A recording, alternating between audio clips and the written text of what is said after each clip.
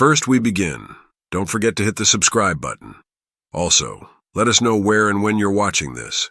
We'd love to hear from you in the comments. I'm 20, small build.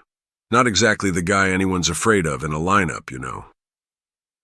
I live with my family on this big property, where a few other families park their RVs, lights strung between rigs, porch bulbs glowing like low moons. And every night I walk the dog at around 11:30 p.m. It's quiet then.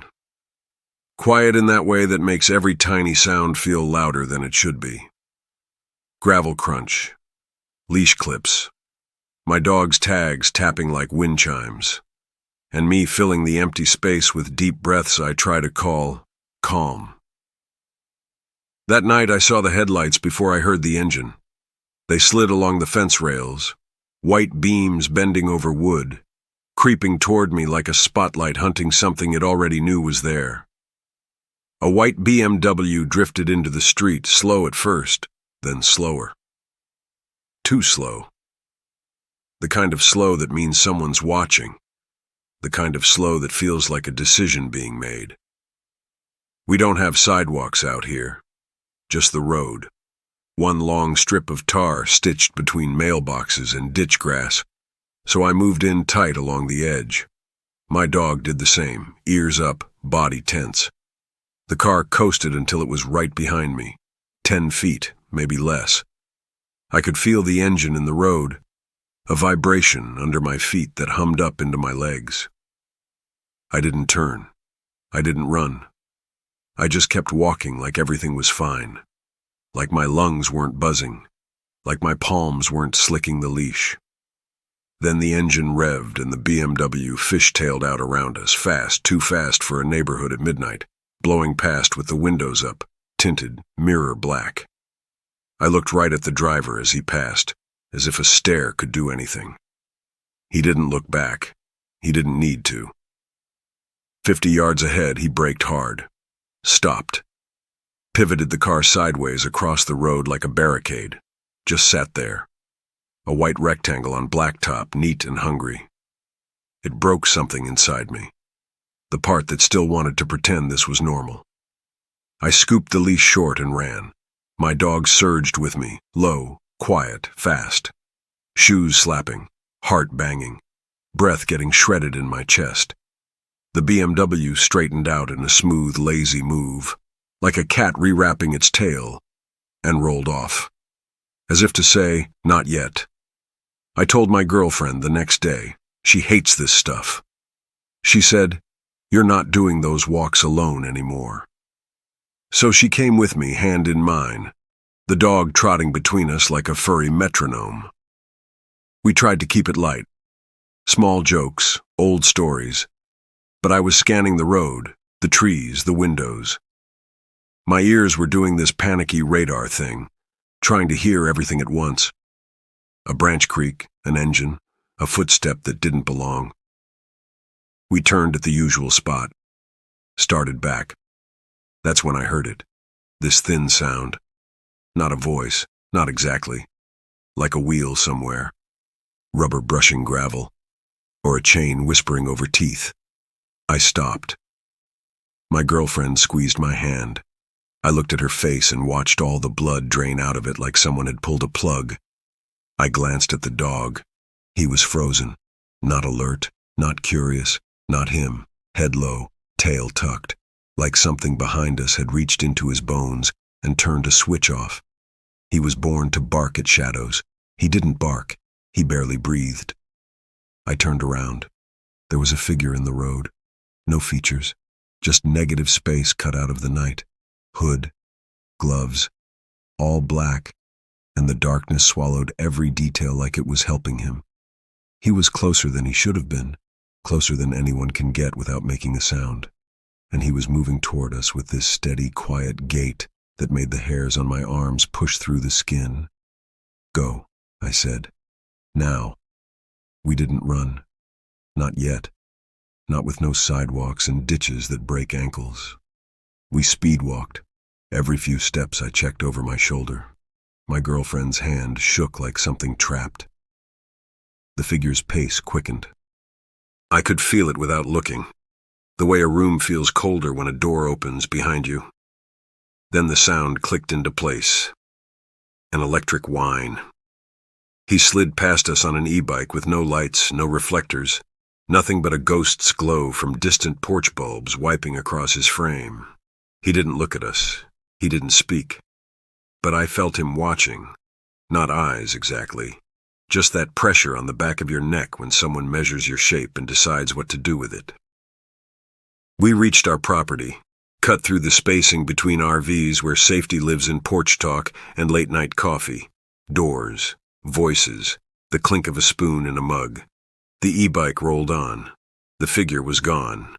Inside, I locked the door twice. My girlfriend was still shaking. The dog crawled under the table and stayed there like the house itself had become a shelter he finally trusted. I pulled the blinds and listened to the night. For a while, there was nothing. Just the hum of the fridge and my heartbeat in my ears. Then tires on gravel. I peeked through the slats. Not the BMW. A different vehicle. Headlights off, rolling slow, like a breath held too long. It passed to the far edge of the property. Stopped. Sat there, dark and heavy. I didn't call anyone, not then. I watched. 5 minutes. 10. The car eased forward again and disappeared onto the road without lights, without shape. I didn't sleep that night. Every time I drifted, I saw that white BMW turn sideways in the street. Saw my dog freeze like his instincts knew the shape of what I didn't. I told myself I'd change the schedule. Early walks only. Lots of light. Lots of people. Because sometimes survival is boring and that's okay. Because sometimes you don't chase the question that wants to swallow you. The next night, we stayed in. All of us. When the house finally settled and the heater clicked, I heard the softest sound outside, rubber on gravel again. Pausing. Listening. I waited for the knock that never came. For the engine that didn't start. For the breath on the other side of the window that my dog refused to growl at. Somewhere down the road, a motor whispered. A light blinked off. Then nothing. The night held its breath with me and didn't let go. There's a pattern to hunters. They circle. They test gates. They memorize routes. They learn what scares you most and then teach you how small your steps can be. I don't take the dog out alone anymore. I don't stare down cars. I don't pretend fear is weakness. It kept me alive. It kept us all alive. But some nights, when the wind dies and the RVs go still and the gravel stays quiet, I can feel that engine again, idling behind me, 10 feet back, patient, deciding, and I feel very, very seen. I grew up next to a small forest that's almost a perfect square, 200 meters by 200, like someone cut a dark green stamp and pressed it into the earth. A dirt road hugs one side where tractors drag long shadows at dusk, tires carving habits into the mud after rain. Narrow paths cross the center and split the trees into 4 clean quarters. It should feel safe. It always did. Until the back left corner taught me that quiet can be a mouth. That corner's wrong. Always has been. The light shifts there in a way I can't explain. Sun filtered through leaves like old water. Colors pulled out of the world. Birds go quiet mid-song. Air gets still. As a kid, I skirted it like a superstition. As a teenager in 2024, I decided I was too old for ghosts. I was walking alone that afternoon. Shoes damp from the last rain. The smell of wet bark and sweet rot rising from the ground like breath. I felt fine. Alert, but fine. I followed the path until it curved left along that wrong corner. And then he was there. 6 meters ahead, maybe less. An older man. Weathered face. Lines like cracked earth. The kind of age that comes from sun and work and time, not from years alone. He didn't step out. He didn't rustle. He just existed all at once in the space where I was already looking, as if my eyes had been edited. I didn't turn my back. Instinct said, don't. Keep him in the frame. Keep walking, but slow. Don't trip. Don't run. Running in a place like that turns the trees into claws. I kept my pace, untied my jaw, made my breathing boring. He didn't move, not an inch. Just stood in the middle of the path watching me with a stare that didn't go to my eyes. It weighed my shape, my size, the distance between us, the shape of the field beyond the trees. To the right, a farmer's field opened like a stage, flat, exposed, maybe corn soon, maybe hay. If he followed me, I was going there, out where lines are straight and witnesses are possible. I glanced down at the ground to avoid a root, looked up again. He was gone, not walking away on the path, not trotting down the curve, just absent. The silence pushed against my ears until they rang. I scanned the trees, the bushes, the shingled light. My skin prickled as if every leaf had turned into an eye. Then I saw him, off the path, pushing through brush where people don't go once spring wakes up. Dense undergrowth grabbed at his clothes. He moved like he knew the route, like he'd practiced. He was heading back in the direction I came from, back toward the stretch where a teenage girl had just been walking alone. He was holding a roll of tape. It caught the light, just a blink of gray-blue, then gone behind a trunk. Tape, not rope, not wire. Tape. My mind chased reasons and found none that made sense here, now, alone. My heart shifted higher in my chest. I swallowed and tasted copper. I didn't stop moving. I didn't call out.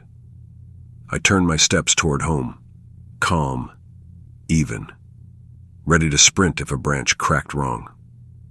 Air thickened around me until it felt like waiting.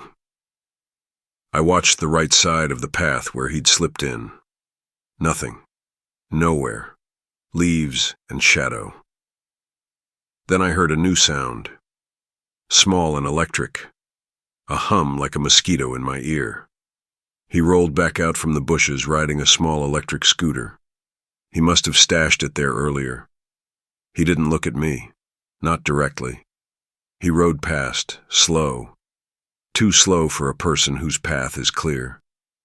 He disappeared around the bend away from my route, then stopped, then turned to look back. He did that every few meters. Ride, brake, look, ride, brake, look. No hurry, no shame. Just a repeated checking that felt like counting. Out there, sight lines stretch forever. I could see him almost the whole time he tracked along the edge of the field. The world was open, but I've never felt more boxed in. Every stop said, I see you. Every look said, I won't forget how you walk, how fast you move, how long you hesitate before you run. I pretended to tie my shoe, a long, fussy knot that let him get distance I could measure in breath. He went on. I took the opposite way. The path bent toward home until the field vanished behind a curtain of trees. I didn't run. I felt running would rip the quiet and bring the wrong thing down on me. When I finally reached the road, I listened. A tractor far off. A dog bark thrown lazy across a hill. No scooter. No tape. No man. I stepped onto asphalt like I'd earned it. I didn't call the police. I didn't tell my parents. Fear masks itself in weird ways. That day it wore competence. It wore a steady voice that said, don't make trouble, just get home. You did everything right. You're fine. Later, I realized how loud the silence had been. How wrong it was that someone could appear in front of me without sound. How wrong it was to push through summer brush with tape in hand like a tool with a plan that didn't involve fixing anything. There's a thing I'm grateful for, and it feels small until I think about it too long. I didn't have my headphones on that day. I always do. Always. Music tucked in my head like a wall. But for whatever reason, battery dead, pocket tangled, guardian angel, I left my ears open. If I'd had them in, I might not have noticed the scooter, might not have noticed the birds going quiet, might not have heard the brush whisper where he cut through. Days later, I went back with friends, pretending it was just a walk. I didn't tell them what I was searching for. We laughed, we threw stones, we talked about nothing.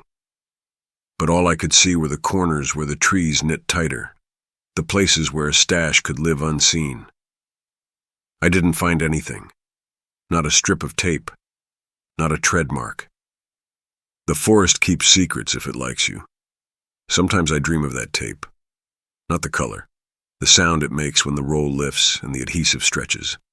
Soft, sticky, sucking at itself, like breath pulled through teeth. In the dream, it's behind me, not ahead. I turn, and no one is there.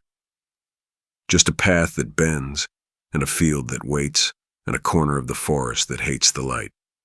If you ever feel a place tell you to walk faster, do it. If your skin plants needles along your spine for no good reason, listen. Not because something is there now, because something learned the map of you then, and it hasn't forgotten.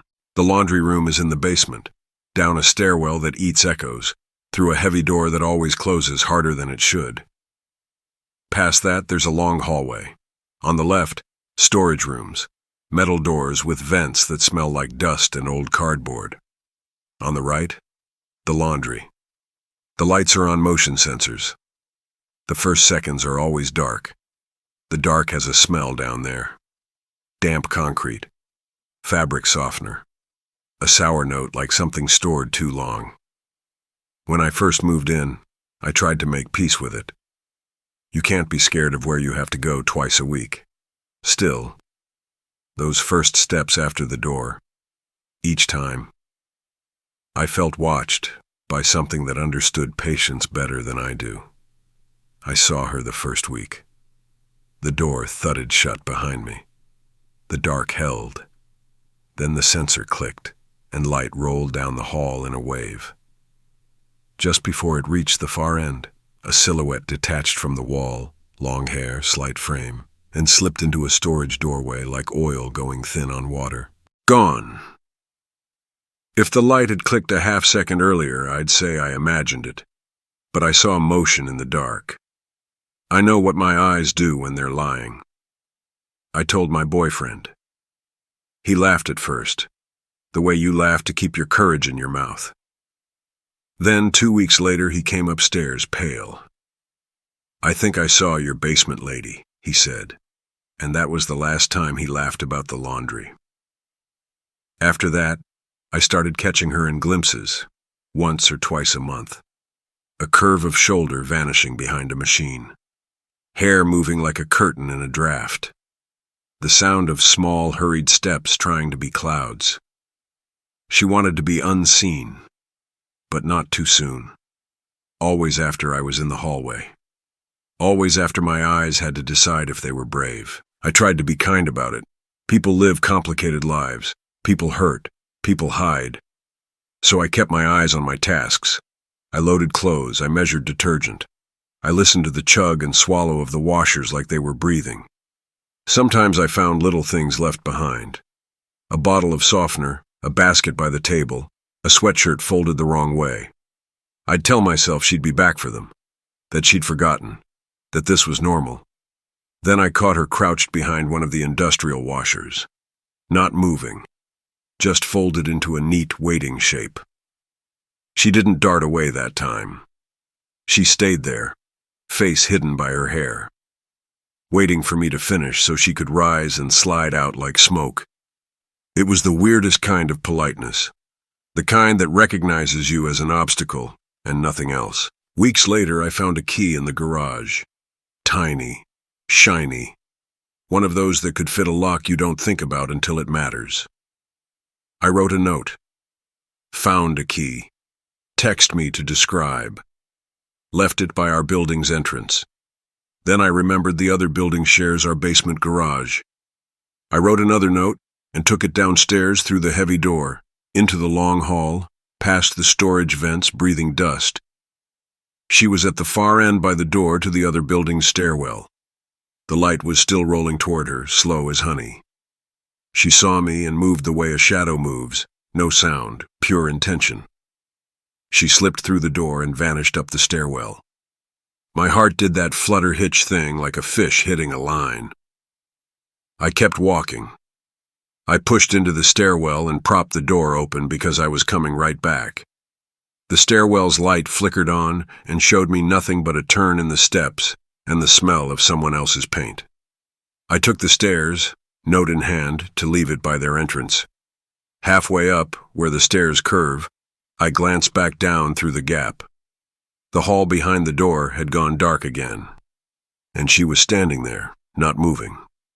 Right behind the prop door, a sliver of space left open like an invitation or a trap. Through that gap, I could see her face, and the dark sunglasses that hid her eyes even in that black hallway. Her expression was nothing, blank like a fresh wall. But every part of her body said, I waited for this moment. Something cold poured down the backs of my arms so fast I thought I'd spill it. The door between us was still open, held by my decision to come right back. She could have closed it without a sound. She didn't. She held it that precise amount open, leaving just enough room for sight, for the idea of being seen and seeing. That tiny wedge of space became the whole world. A mouth, a lens, a coin slot that wanted my attention like currency. I ran. I am not proud of it. I ran up the stairs, slippers slapping, rain starting outside because of course it had to rain now. I went around the building, soaked and stupid, too afraid to go back through where she still stood like a pin in a map. By the time I reached my apartment, my feet were numb and my breath was smoke. After that, I couldn't pretend she didn't want to be seen. If you want to hide, you hide earlier. You move before footsteps. You hear doors and disappear like you were never part of the air. She didn't. She waited for the light to come on. She waited for me to see the silhouette.